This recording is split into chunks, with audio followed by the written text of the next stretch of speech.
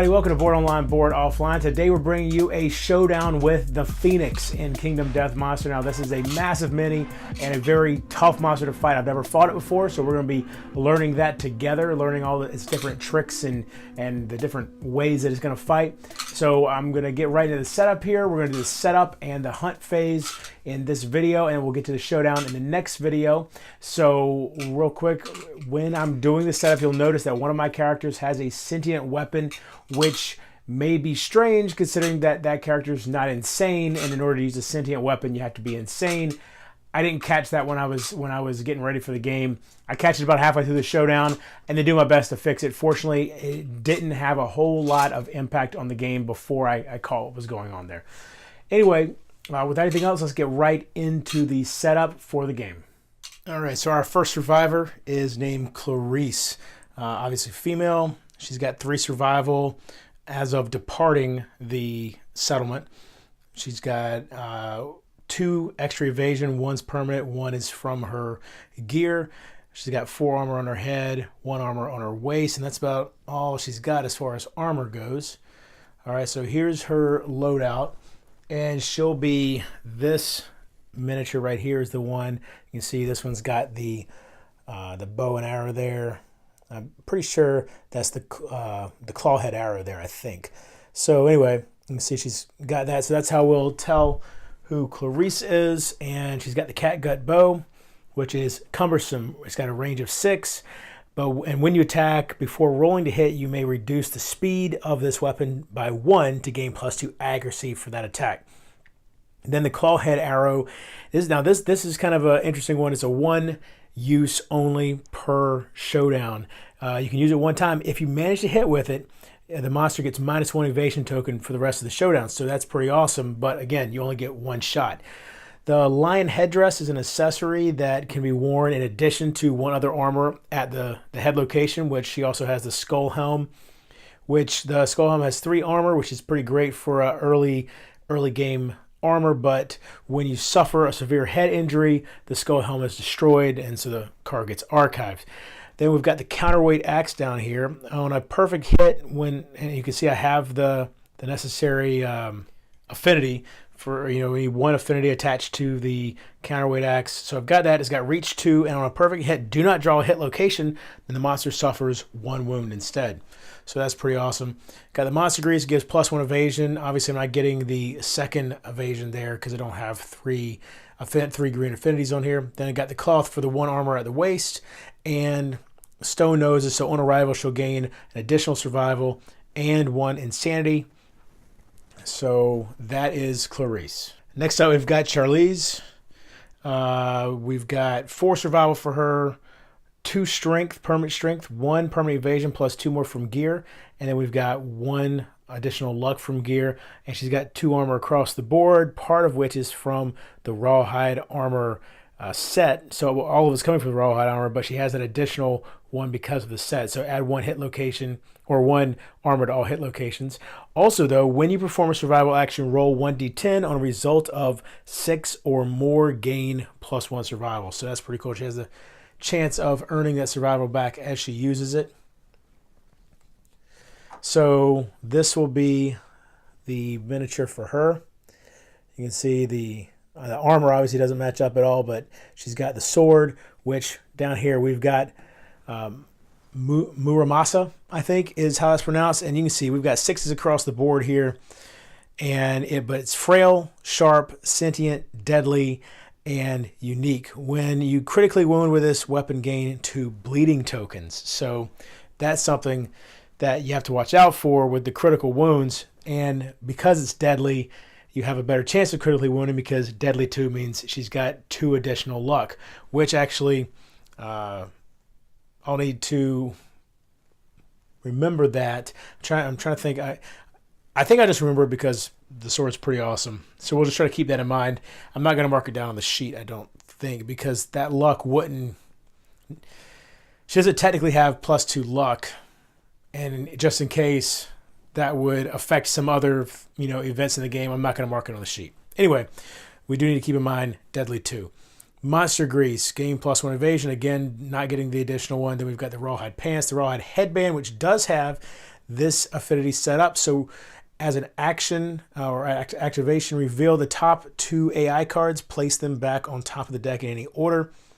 The Rawhide Vest, which has the necessary affinities to get the +1 evasion. And we've got +1 luck from Lucky Charm because we have 1 blue affinity here and 1 blue affinity here. Bandages, remove up to 2 bleeding tokens from yourself or an adjacent survivor. Figured that would be something good for somebody who's holding Muramasa to have.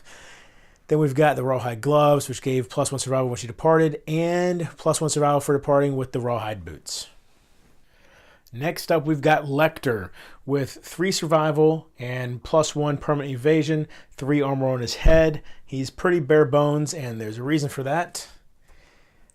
He's got the bone earrings. Now, granted, he's not insane, and in order to use the bone earrings properly at the start of the showdown, gain +2 speed and +2 strength tokens if insane, and all gear in your gear grid has the bone keyword. Okay, so he's not insane, so he can't have that. However, I'm still keeping him primarily with bone weaponry, just in case we're able to maybe gain some insanity on the way to this showdown. Anyway, what else? We have the Skull Helm, which we've already covered that with the other person. Bone Darts, not much speed, but they have the range 6. They are frail though, so he also has 2 more backup weapons, the Bone Axes with Blood Paint. All right, so the Bone Axe itself is savage. Once per attack, if you critically wound, cause 1 additional wound. This effect does not apply to impervious hit locations. And then with the Blood Paint, activate weapon gear to the left and right of this card. These are 2 separate attacks and cannot be used with 2-handed weapons. Fortunately, the Bone Axe is not a 2-handed weapon. And by the way, here is the model we'll be using for him with the axe there. You can see he does have the whip, which of course he doesn't have, but we've got the axe and some the skull helm there. So this one's pretty close to what the actual loadout is. And finally, we've got Wallace. I checked female on Wallace. Wallace is definitely a male, so I'll have to fix that. But we've got 3 survival, 1 additional movement based on his gear, and +1 permanent evasion, and then 3s across the board, thanks in part to the White Lion armor here with the add 1 to all hit locations. So we've got the White Lion armor set. So your weapons are your claws. Gain +1 speed and +2 strength when attacking with daggers or katars. So this will be the miniature for Wallace. You can see he's got the katars there. So let's go through this real quick. We've got the necessary affinities for the White Lion boots, so that's where the +1 movement's coming from. We've got the Bone Dagger. On a perfect hit, gain +1 survival. Perfect hit is, of course, an attack roll result of Lantern 10.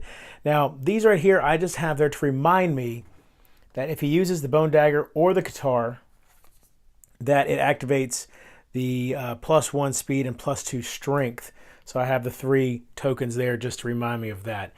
And then down to the Stone Noses, again, he'll gain +1 survival, +1 insanity upon arrival. And then we've got the White Lion Skirt, the Lion Beast Katar, deadly, +1 luck with this weapon. And then paired, when you attack, add the speed of a second Lion Beast Katar in your gear grid. Well, I don't have that, so that doesn't apply this time. Then we've got the Whisker Harp. On arrival, all survivors gain +1 survival. So basically everybody's going to have 4 survival because 4 is the max for me right now. And then I can use this to roll a d10 on a result of 6+, discard 1 mood currently in play. I don't know if the Phoenix has moods. I haven't looked ahead. I like to discover all that. This is the first time I'm playing the Phoenix, so we're just going to discover that all together. And we'll see if this actually ends up being worthwhile to have with us. It might be just for having that extra survival, though. Then we've got the White Lion Helm. Just using that for armor. I don't have any of this set up, so the affinities aren't intact. Then we've got the White Lion Gauntlet. When you pounce, gain +1 accuracy for your next attack this turn. I have this accuracy token here just to remind me of that. And then here, the way we can pounce with the White Lion Coat. Pounce, spend movement and activation to move 3 spaces in a straight line. Then, if you move 3 spaces, activate a melee weapon with +1 strength. So, if we can pounce with the Katars, which you can see their stats are 2 speed, 7+ accuracy, and then 3 strength. But if we could pounce with them, then they would be 4 strength, and then this also would gain +1 accuracy, so they would be at 6+ instead of 7+. Could be a pretty efficient attack. And those are the survivors that we're bringing with us.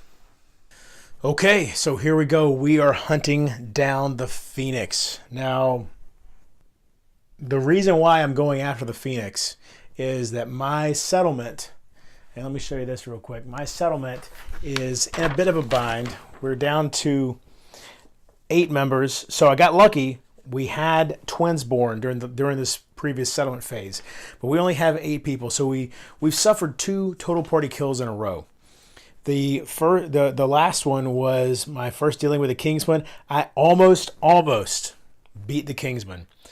He only had 1 AI card left, but we couldn't quite do it. And so he ended up getting a total party kill on us. The year before that, I was just trying to hunt a level 1 antelope. And then I pulled an antelope hunt event card. And I took a chance and ended up facing down a level 2 white lion that resulted in my first total party kill. So now at this point, you know, I've got some stuff. This was a relatively uneventful year, but next year we've got this thing called Regal Visit coming up, which doesn't sound good. If it involves the Kingsman or anybody like that, then, you know, not real excited about that. And the Hand is only a few years away. And you can see I've got the Bone Witch coming back here. And not only that, but during the Hand, we've got the Hooded Knight coming up. So we've got a pretty busy couple of years coming up. I haven't gotten any. It's been 2 Lantern years without any sort of resources really being gathered. So this year we have to get some resources, but I feel like we also need to be making our way towards more powerful weaponry. And so because of that, I'm taking a chance on the Phoenix, and I figured we can do this together. We can discover the Phoenix together. Okay, so out of all of our survivors here, Charlize is definitely our badass. She's the one that's got Muramasa. She's the one that has, well, she doesn't have the most armor. She's got the 2s across the board, but she does have 2 strength, or, you know, plus 2 strength, plus 3 evasion, and plus 1 luck, plus the luck she gets from Muramasa. So because of that, I'm going to let her go last. And maybe, well, granted, that would be 1, 2, 3. She would end up on a Phoenix Hunt event. But, you know, there's no real telling what any of these are going to be. So we're going to let her go last. Maybe we can get the Phoenix to come towards us, and that way when it's her turn, she will actually be the one that triggers the showdown with the Phoenix. So instead, let's go ahead and we'll have Clarice go first.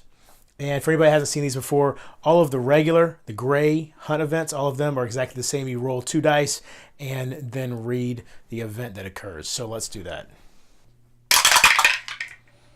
81. The survivors carefully tread along the back of a massive sleeping monster. Instead of fur, it has elongated arms, several of them twitching to whatever dream the great beast is in the midst of. The survivors don't disturb the monster's deep sleep and cross without issue. If any survivor has a sickle, they gingerly remove some tough skin from one of the arms and gain 1 hide basic resource. None of us have a sickle, so nothing happens. All right, so that was fairly painless. I'm worried that because that was painless, we've got some severe pain coming up here. So let's see, that was Clarice. We'll go with Lecter next. Our Axeman coming up here. We've got a Phoenix Hunt event. Wind Tunnel. Gusting winds threaten to push the survivors back.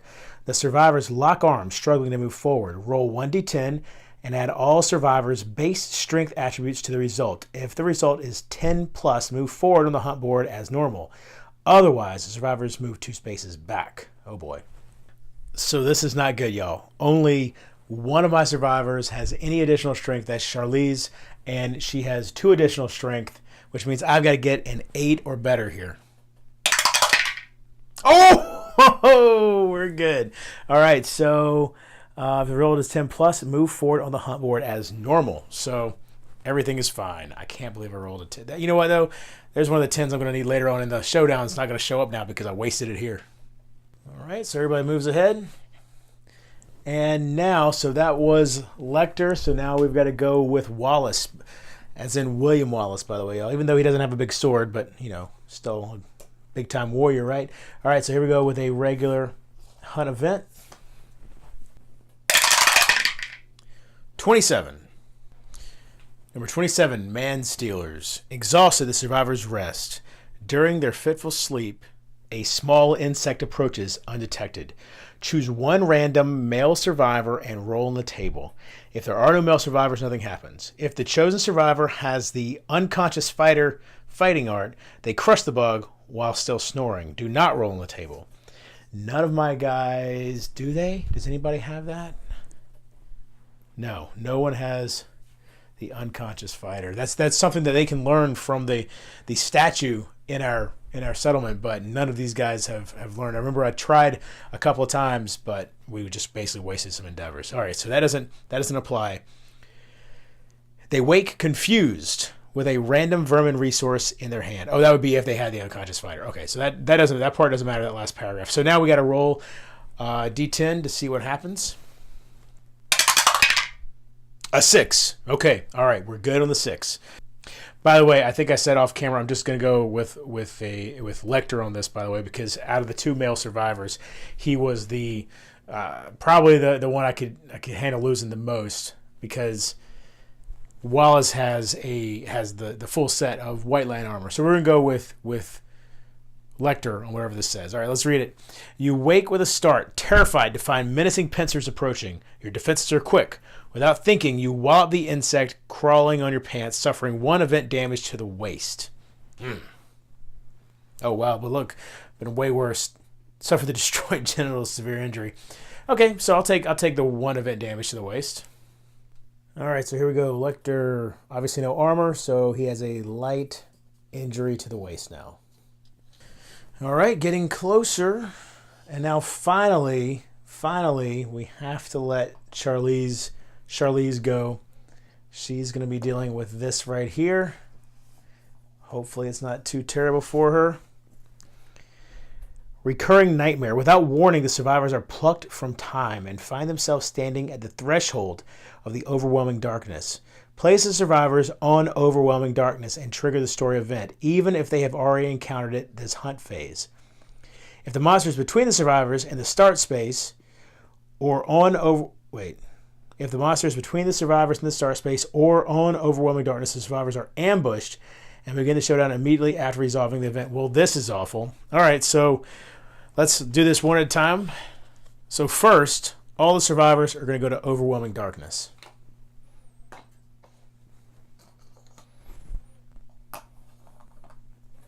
Now we need to trigger that story event, so let's pull out the book.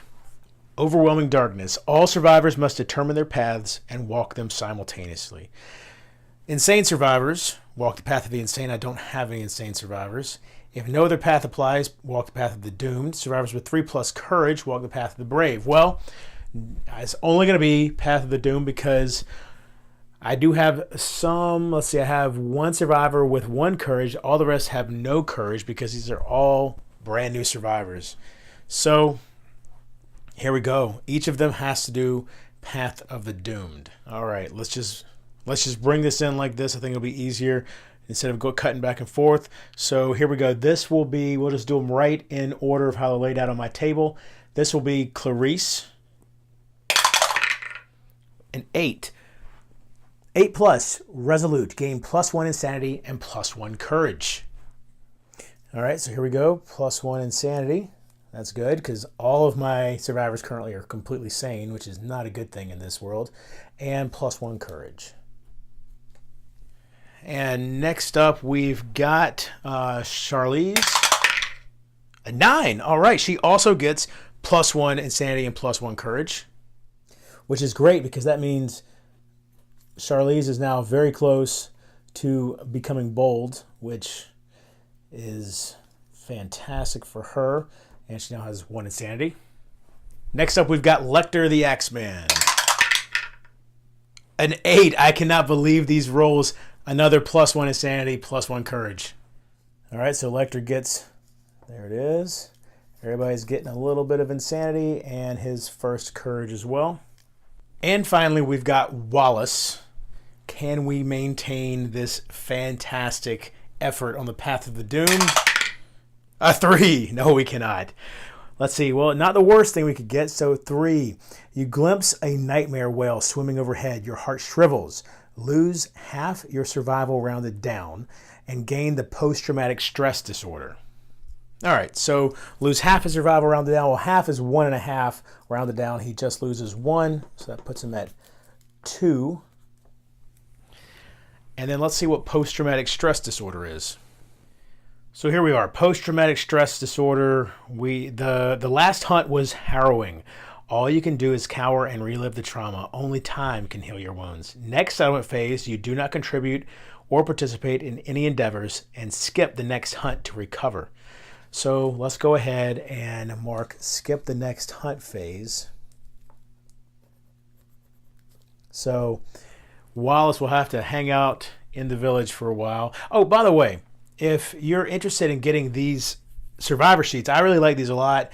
And when I play with friends, sometimes I'll actually kind of draw their survivor onto the face there. But if you're interested in this at all, I will put the link to the file on Board Game Geek where I got this from. There's actually a lot of different versions of this in that file, and I just picked the one I like the best. They also have that settlement sheet you saw was also from that same, or actually, let's see. Yeah, the settlement sheet's actually from the same file as well. You can see that it has page numbers and all that stuff. So obviously a little bit different. Really have enjoyed having these. I feel like it's easier to keep track and a little more organized with these sheets than the ones that come in the game. The ones that come in the game are fine. They are very functional. I just like these better. Anyway, so now let's make sure we mark down. Where is it? Here we go. So he has PTSD. Fortunately, that isn't going to affect us during this showdown. Unfortunately, what is going to affect us in this showdown is that we're not going to get ambushed by the Phoenix. So let me get the board set up and we'll be right back. Okay, so here's what the board looks like. We've got the monster obviously right here in the middle, standing on top of the lonely tree.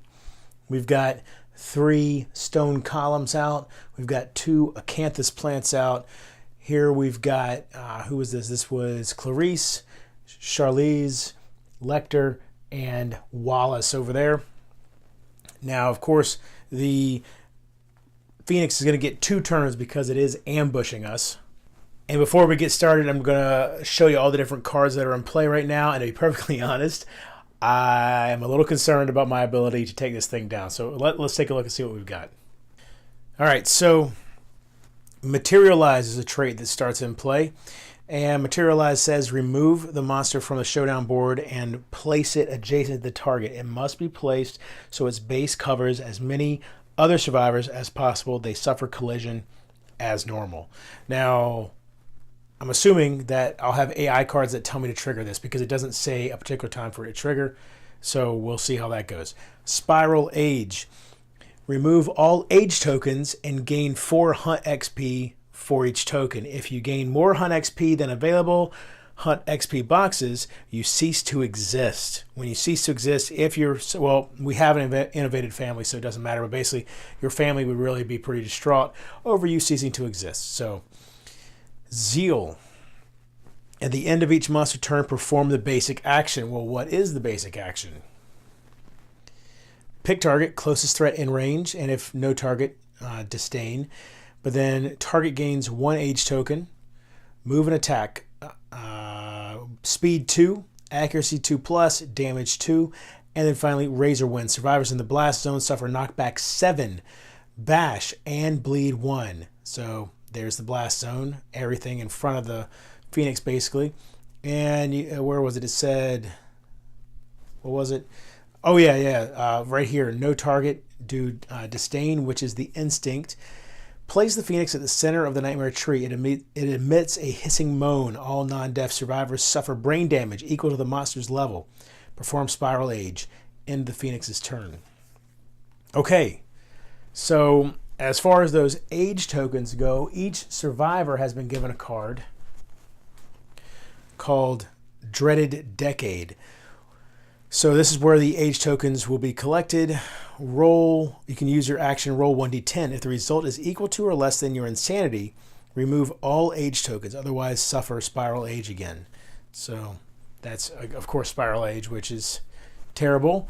Now, the good news is, since all of these survivors are on their first hunt, that means that I've got a lot of Hunt XP for them to gain, but still, this could be this will be a very interesting fight. Let's look at the terrain real quick. So the Nightmare Tree is an obstacle, so it blocks survivor monster field of view. It's impassable, and roll 1d10 when they're next to each survivor. May use this once per showdown, and there's a few different things that could happen with that. Then we've got the 3 stone columns, the obstacle, impassable, and destructible. So that's essentially, they're just there to get in the way. And then 2 acanthus plants, roll 1d10. If you have a sickle, instead roll 2d10. Well, we don't have any sickles, so that doesn't matter. Okay, so we are completely set up for the showdown now. We're going to be facing off against this Phoenix. That hunt phase was pretty brutal. It was relatively difficult. Could have been worse. At least the Phoenix didn't move out beyond overwhelming darkness, even though I did end up in overwhelming darkness, so that was fun. But we'll be back with the next video shortly, so I hope you enjoyed this one. If you did, please give it a thumbs up. You can support us on Pod Pledge. You can buy your t-shirts from geekygoodies.com and find us over on Twitter at boredoffline. Until next time, if you're bored online, bored offline.